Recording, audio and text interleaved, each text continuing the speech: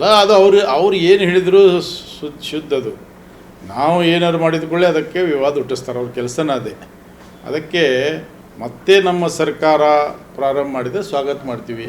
ನಾವು ಯಾರು ಟಿಪ್ಪು ಜಯಂತಿ ಮಾಡಿರಿ ಅಂತ ಕೇಳಿಲ್ಲ ಸರ್ಕಾರಕ್ಕೆ. ಇದೊಂದು ಮಾತು ನಿಮ್ಗೆ ಹೇಳ್ತೀನಿ, ಸರ್ಕಾರ ತೀರ್ಮಾನ ಮಾಡ್ತು ಸ್ವಾಗತ ಮಾಡೀವಿ, ಮತ್ತೆ ಮಾಡಿದರೆ ಸ್ವಾಗತ ಮಾಡ್ತೀವಿ. ಆದರೆ ಟಿಪ್ಪು ಜಯಂತಿ ಹಿಂದೂ ಮಾಡೀವಿ, ಈ ಹಿಂದೂ ಟಿಪ್ಪು ಜಯಂತಿ 100 ವರ್ಷದಿಂದ ಮಾಡ್ಕೊತ ಬಂದಿದ್ದಾರೆ. ಈಗೂ ನಾವು ಮಾಡ್ತಾಯಿದ್ದೀವಿ, ಈಗೂ ಮಾಡ್ತಾಯಿದ್ದೀವಿ, ಮುಂದೂ ಮಾಡ್ತೀವಿ. ಟಿಪ್ಪು ನೋಡ್ರಿ, ವಿದ್ಯಾನಂದ ಕಾಶ್ಯಪ್ನವರು ವೀರಶೈವ ಪಂಚಮಸಾಲಿ ಸಮಾಜದೊಬ್ಬ ಪ್ರಶ್ನಾತೀತ ನಾಯಕರವರು.